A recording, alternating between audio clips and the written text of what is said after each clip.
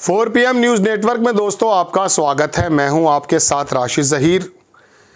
झारखंड में चुनाव है, आपको मालूम है, और वहां आदिवासियों की लड़ाई लड़ने के लिए राहुल गांधी बराबर बात कर रहे हैं। और ये भी आपको मालूम है कि उनको वनवासी कौन कहता है। राहुल गांधी का कल परसों में बयान कहीं पढ़ रहा था, उसमें उन्होंने कहा कि आपको वनवासी कहा जाता है जबकि आदिवासी आप हैं। वहाँ का एक बड़ा वोटर आदिवासी है। हेमंत सोरेन और इंडिया गठबंधन की तरफ वो झुका हुआ बताया जाता है। उनके ज़्यादातर विधायक उस वर्ग को प्रतिनिधित्व करते हैं। 29 टिकट कांग्रेस के और बाकी 41 टिकट बताया जाता है हेमंत सोरेन साहब की पार्टी के हैं। दो टिकट थोड़ा कम किए हैं पिछली बार के बामुकाबले, चूँकि माले को वो देना चाहते हैं, वो अलग खबर है।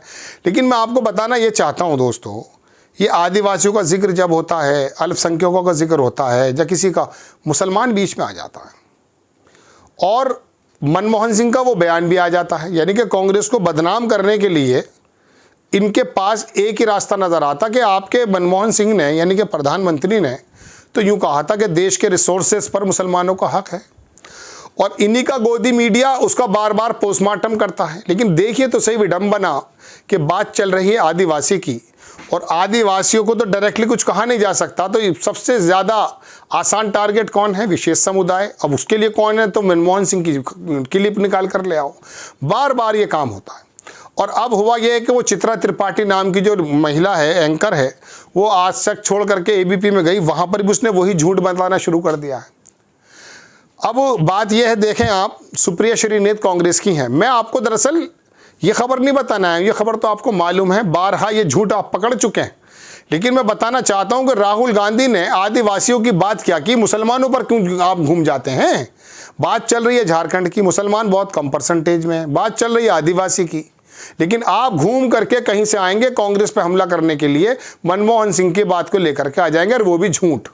सुप्रिया श्रीनेत ने कहा कि चित्रा त्रिपाठी मनमोहन सिंह जी के बारे में झूठ बोला। उन्होंने अल्पसंख्यक नहीं, दलित, आदिवासी, पिछड़ा, दलित, महिला, बच्चों और अल्पसंख्यक कहा था। इसका तो खूब फैक्ट चेक भी हुआ है। क्या आप टीवी एंकर होकर भी सच नहीं जानती? ये जानबूझकर झूठ बोलती हैं, ये भी शर्मनाक है। इन्हीं का जो पहला चैनल था आज तक, उसी का वो लल्लन टॉप है, वहाँ पर वो सौरभ द्विवेदी नाम का आदमी इस बार को खुद भी बचा चुका कई बार। लेकिन आपको मैं फिर, चूंकि आपकी भी और हमारी भी मेमोरी बड़ी नाजुक है, आप ये छोटा सा वीडियो देख लीजिए, चित्रा त्रिपाठी क्या कह रही है, सौरभ द्विवेदी लंदन टॉप में क्या कह रहा है। ये 1 सेकंड का, हमें हर बार इसलिए बताना पड़ता है, 1 मिनट 22 सेकंड का वीडियो ये है।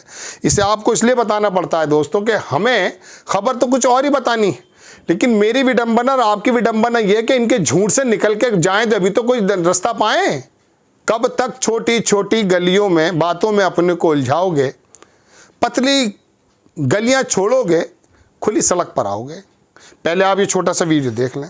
तो यहाँ पर तो राहुल गांधी के पास एजेंडा सेट करने का या बड़ी लकीर खींचने का मौका है। अगर वो आदिवासियों की इतनी बात कर रहे हैं और वो ये कह रहे हैं कि देश के संसाधनों पर पहला हक आदिवासियों का है, जबकि डॉक्टर मनमोहन सिंह ने कहा था अल्पसंख्यकों का है। हम ये भी जानते हैं 2014 के समय में पूर्व प्रधानमंत्री मनमोहन सिंह ने क्या कभी कहा था कि देश के संसाधनों पर एक ही समुदाय का हक है? हमने तथ्य जांचे तो ये दावा गलत लगा। Our collective priorities are clear: agriculture, irrigation and water resources, health, education, critical investment in rural infrastructure, and the essential public investment needs of general infrastructure, along with programs for the uplift of scheduled castes, scheduled tribes, other backward classes, minorities and women and children. The component plans for scheduled castes and scheduled tribes will need to be revitalized. We will have to devise innovative plans to ensure that minorities, particularly the Muslim minority, are empowered to share equitably in the fruits of development. They must have the first claim on our resources. ये video आपने देख लिया दोस्तों। अब मैं आपको कितनी बार ये वीडियो दिखाऊंगा? देश के अंदर मैते कुकी की बात होगी, घूम भर के ही आ जाएंगे, मनमोहन सिंह ने ये कहा था। झारखंड के अंदर आप बुनियादी बातों पर आ जाइए। आप ये बताइए कि वहाँ के जो खनिज पदार्थ है वो आपके बिजनेसमैन निकाल करके किस प्रकार से कहाँ भेज रहे हैं, क्या हो रहा है वहाँ पर। वहाँ के लोगों की ज़मीन के जो मालिक हैं, जिनके ऊपर कानून बना हुआ है, बैंक उन्हें लोन क्यों नहीं दे पा रहा है, उन्हें आदिवासी ही क्यों बनाए रखा जा रहा है। अभी 75 वर्ष हो गए। मैं मानता हूँ कांग्रेस के अंदर भी सरकारें थीं, आपकी भी सरकारें आई हैं और बड़े फैसले तो केंद्र लेती है। आप चुनाव की बात आएगी, कांग्रेस को बदनाम करने के लिए आदिवासियों के अलावा जो वर्ग है उसको एक साथ साधने के लिए आप मनमोहन सिंह के वाय आएंगे। मैं आपको बता दूं दोस्तों, मैंने आपको परसों तरसों, अरे मैं तो सालों से बता रहा हूं, मैंने आपको बताया था कि हरियाणा में जाट और गैर जाट कैसे कर दिया इन लोगों ने। अब वहां पे आदिवासियों के अलावा गैर आदिवासी कर रहे हैं। और ये मैं आपको बता चुका कि यादव के खिलाफ गैर यादव, जाट के खिलाफ गैर जाट, जाटवों के खिलाफ गैर जाटव, ये खड़ा कर देते हैं। हद ये कुकी और मैथी को सामने लाकर खड़ा कर दिया है। चूंकि इनकी एक तरफ जहां मुसलमानों की तादाद ज़्यादा होती है तो वहां ये एक हवा ये रखते हैं कि मुसलमान आपको खा जाएगा। 2022 में अखिलेश यादव इत्तेफाक से हमारे शहर में आए और वो प्रेस कॉन्फ्रेंस कर रहे थे, तो मैंने उनसे ये कहा, मैंने कहा जी आपको वोट देना चाहते हैं क्योंकि आपका शासन बड़ा अच्छा चला था 2012 और 17 के बीच में, लेकिन गोदी मीडिया ने और सत्ता में बैठी हुई योगी आदित्यनाथ की सरकार ने आपके बारे में यह भ्रम फैला दिया है कि अगर आपकी सरकार आ जाएगी तो गुंडागर्दी गोया के पहले जैसे हो जाएगी, हाले पहले थी नहीं। तो अखिलेश यादव की इसमें कोई दो राय नहीं, ईमानदाराना एक जवाब ये था। उन्होंने बल्कि मेरी तारीफ भी उसमें की। उन्होंने कहा आपने, हमारे साथी ने बड़ा अच्छा सवाल किया, तो उसने एश्योरेंस दिया कि ये जो पुलिसिंग मैंने मजबूत की है और 112 नाम जिसका रख दिया 100 था, ये मैंने अमेरिका या न्यूयॉर्क से सिस्टम लेकर के उस काम को किया था। ये तमाम चीज़ें क्यों कही गई, तो ये वाली बात उनको सफाई क्यों देनी पड़ गई, चूंकि उनको भी मालूम पड़ गया था। और उसके बाद मैं गौर कर रहा था 2022 में सहारनपुर उनकी हुई पीसी वगैरह, क्योंकि कोरोना के मद्देनज़र बहुत ज़्यादा पब्लिक मीटिंग कम हो रही थी, पीसी ज़्यादा हो रही थी, तो उन्होंने इस बात को मुद्दे पर रखा। लेकिन 2012 और 17 के बीच में रूबी का लियाकत नाम की गोदी एंकर वो ये कहती है कि एनसीआरबी का डाटा ये कहता है कि सबसे शानदार काम जो महिलाओं के बारे में हुआ वो 2012-17 में हुआ, और एनसीआरबी का डाटा ही 2017 से 22 के बीच में बताता है कि महिलाओं का उत्पीड़न हुआ है। तो बहरहाल मैं अपनी बात पर आ जाता हूं दोस्तों कि ये इस तरह से बदनाम करते हैं। खाली बदनाम करने का टूल ये नहीं है कि साहब मुसलमान ही जाकर के आपके घर के अंदर डकैती मार देंगे।